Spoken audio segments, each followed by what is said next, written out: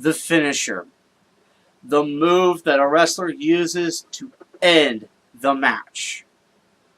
Their exclamation point on their hard work. Ladies and gentlemen, there are a lot of finishers out there, and you may have your favorites. I do so have mine. And you voted for it. So, ladies and gentlemen, I'm now going to give you Guido's top 10 finishers.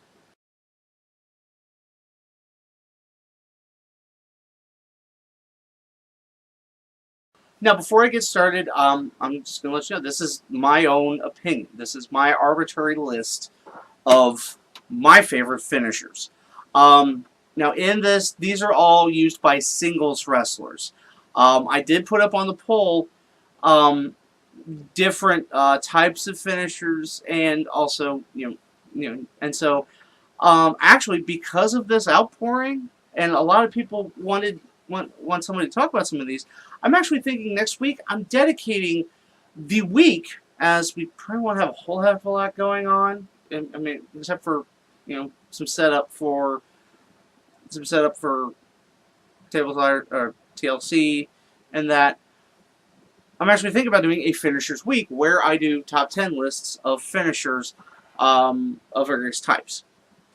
But we're just going to start off right at the top, right off the my favorite top 10 finishing maneuvers. Starting off at number 10, the clothesline, the lariat. It is a signature maneuver and a staple in almost every wrestler's repertoire. There have been so many different variations of this. You've had Stan Hansen's lariat, the clothesline from Hell, the JBL used, and various other ways to take your arm, stick it out, and bring your opponent down. Oh, of course, Russian sickle. All these various others.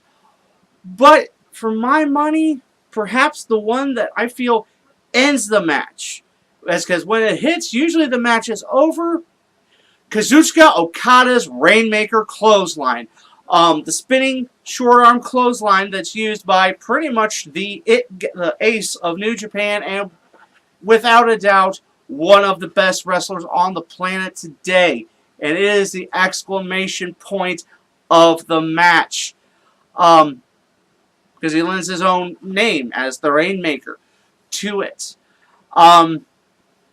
It's a very hard move to get out of, and the setup for it, the use of a tombstone pile driver, pretty much almost all but guarantees victory for the Rainmaker. The man has won numerous titles in New Japan, including 4 IWGP Heavyweight Championships, which I'm pretty sure he's still the champion right now.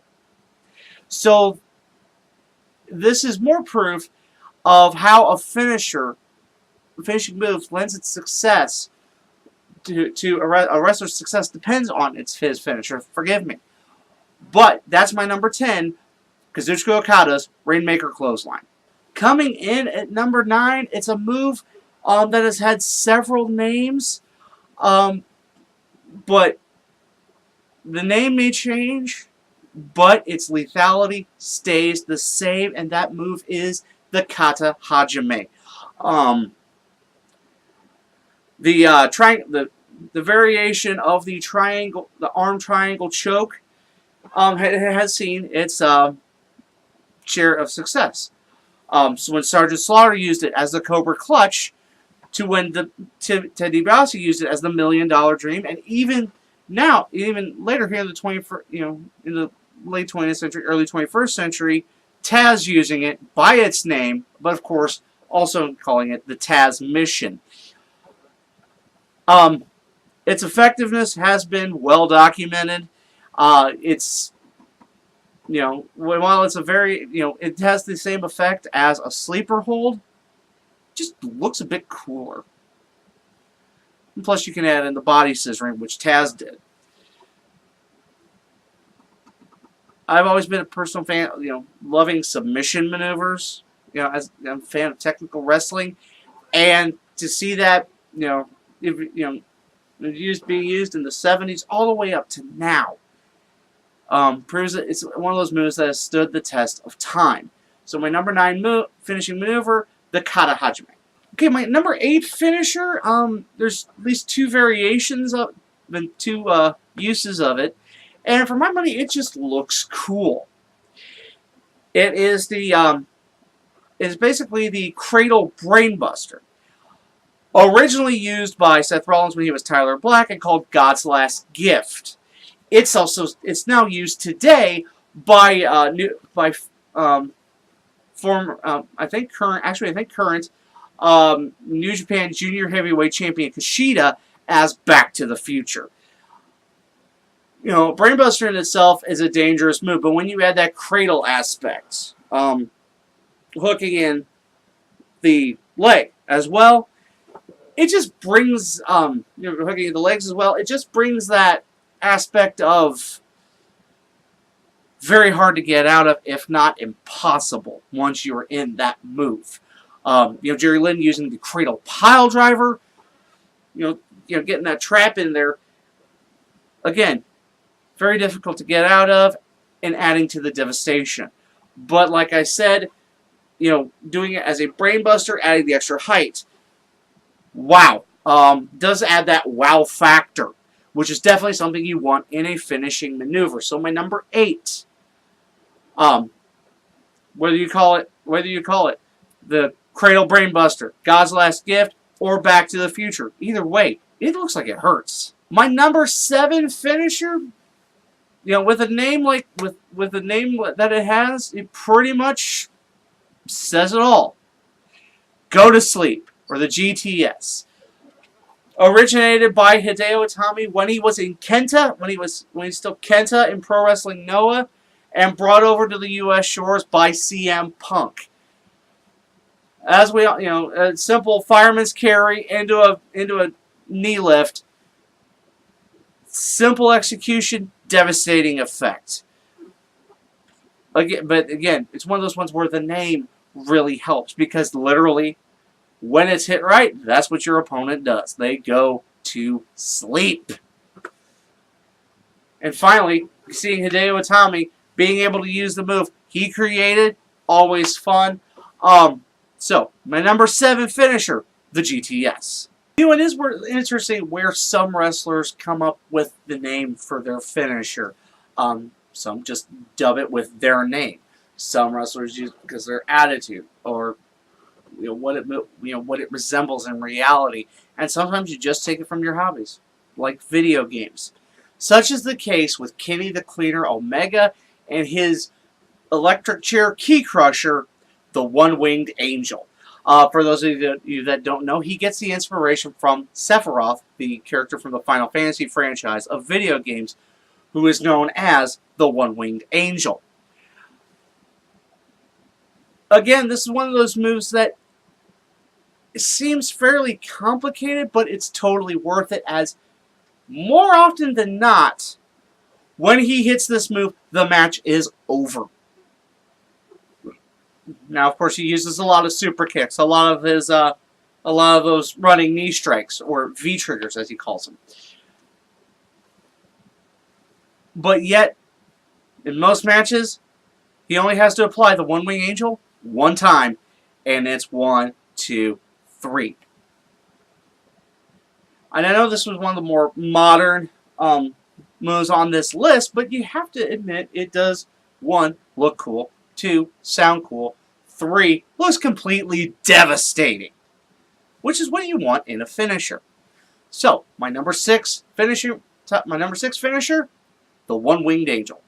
My number 5 maneuver, well, it's a variation of the old Indian Deathlock.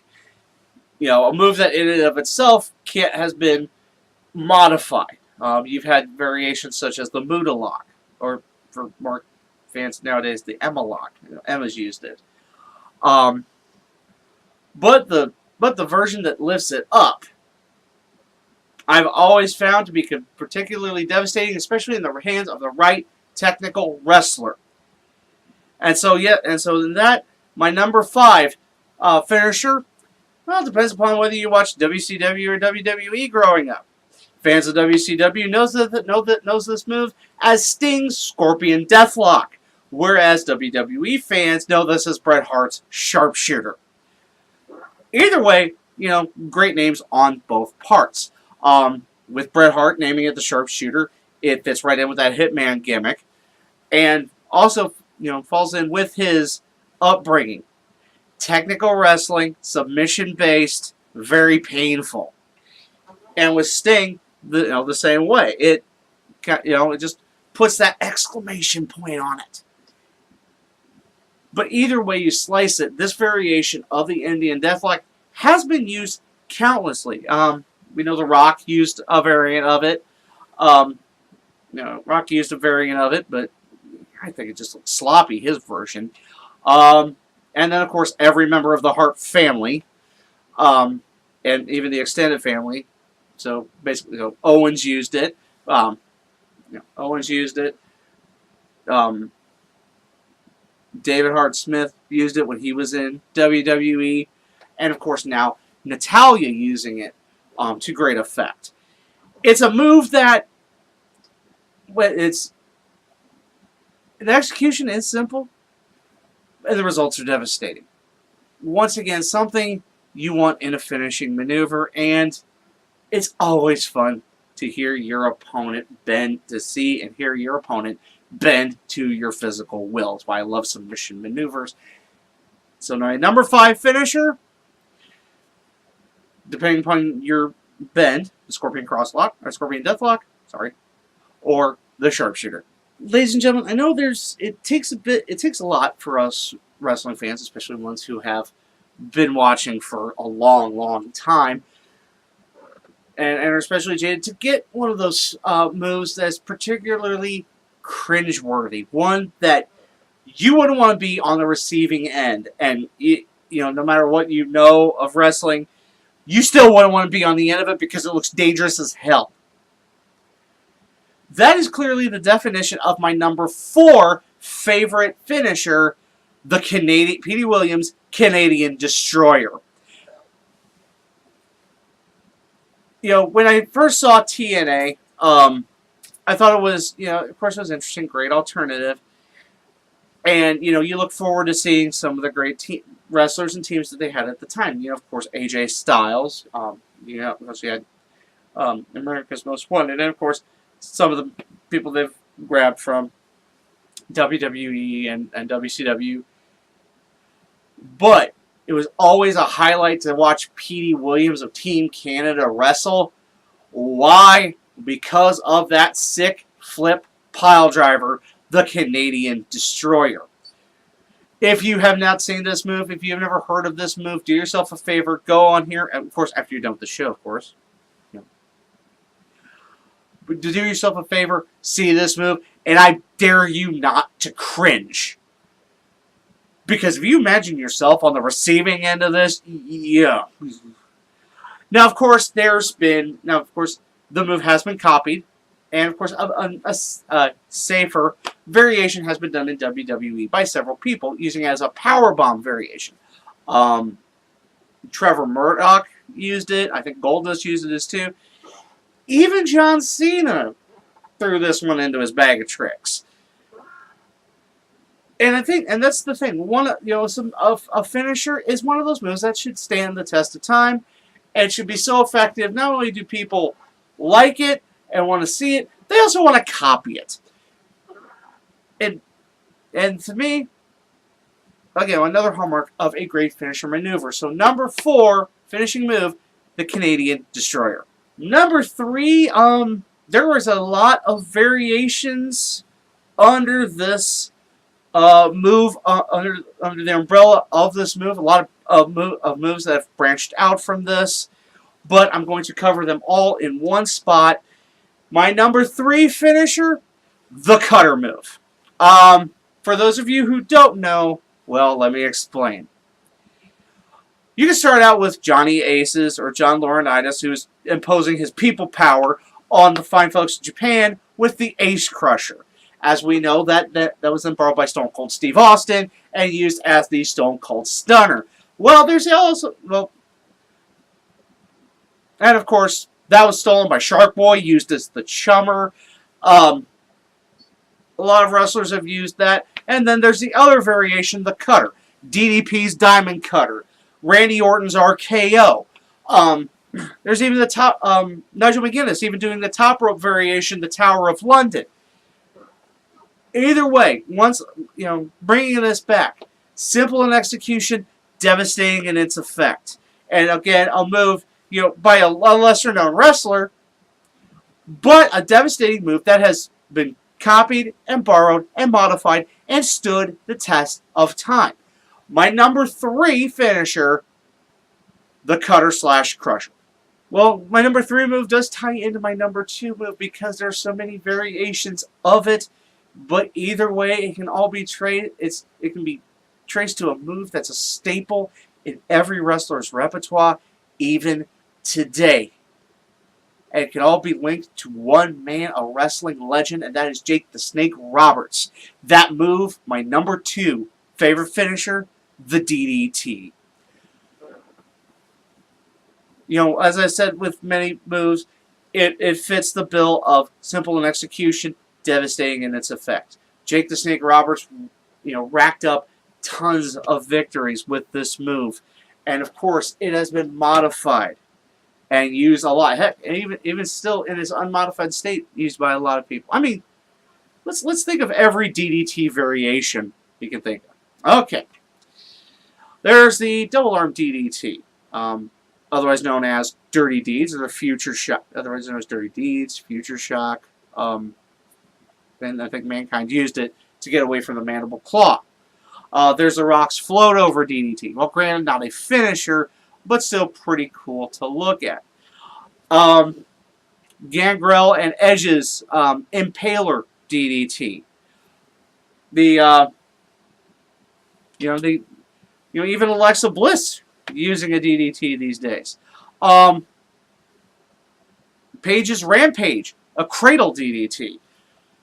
It is a move that not only has withstood the test of time, but it has become almost essential that every wrestler in their repertoire has this move. And I'm sure there's other variations of it that I'm missing. But like I said, that kind of proves the point. It's become so prolific that it's gone from being a finisher to being a staple. Every wrestler should know how to use a DDT. And that being Jake the Snake Roberts' ultimate legacy is that one move. And how it has basically, like I said, keep saying, become almost a necessity. So my number 2 finisher, Jake the Snake's DDT. And here it is, ladies and gentlemen, my number 1 favorite finisher, and it should come as no surprise, as everyone knows. This is, it comes from pretty much my favorite wrestler of all time. That move, the number 1, Guido's favorite finisher, the Tombstone Piledriver. Because let's face facts, what has more finality than death? As we know, when The Undertaker debuted, his size, his demeanor, his icy perseverance, all of these were hallmarks. The little figure embodiment of the and pretty much his exclamation point, the Tombstone Piledriver. Even in an era where all pile drivers are banned, this move's been grandfathered in because of its significance. And as we know, this move was used by other wrestlers. Of course, Kane using the Tombstone Piledriver. And as I said earlier, Kazuchika Okada using the Tombstone now as a setup for the Rainmaker. But like I said, all these things I've said about finishers, but the main thing a finisher is supposed to do is finish, is end, and no move has done that more than the Tombstone Piledriver. It's just eerie sense, no matter how you apply it, no matter how you end it, where you cross the arms or straighten the arms out or just simply hook the leg, it's over. Or at least it should be over. WrestleMania matches, kickouts are inevitable. But it's that finality. It's that end. And that is above all else what a finisher should do. And that is why this move tops this list. My number one favorite finisher, the Tombstone Piledriver. Well, folks, there you have it. Those are my top 10 favorite finishers. Now, I'm sure a lot of you might agree with this list and a lot of you might not. But I do want to hear from you. What is your favorite finishing maneuver? Always drop a line to me in the comment section below. And as always, talk to me via social media. And of course, if you like this episode, feel free to share it with your friends, your enemies, anyone in particular. Someone you might want a tombstoner, DDT, or hit it with a Stone Cold Stunner, put in a sharpshooter, then flip him for Canadian Destroyer, all of that. And of course, if you haven't subscribed to the channel, please do so. And hit the bell for notification of future episodes. Like I said, putting together this list was a lot of fun for me. So much so that and a lot of you out there have said, different categories of finishers that you would like to see talked about. And I'm going to do that next week. So next week, here on the Guido Goes Off, it will be Finishers Week. Sorry, I couldn't afford confetti or horns or anything like that. Like I said, if I had a budget for the show, I'd be doing it for next to nothing. So, until next time, I'm the Guido, and I think we're finished here. Okay, I tried.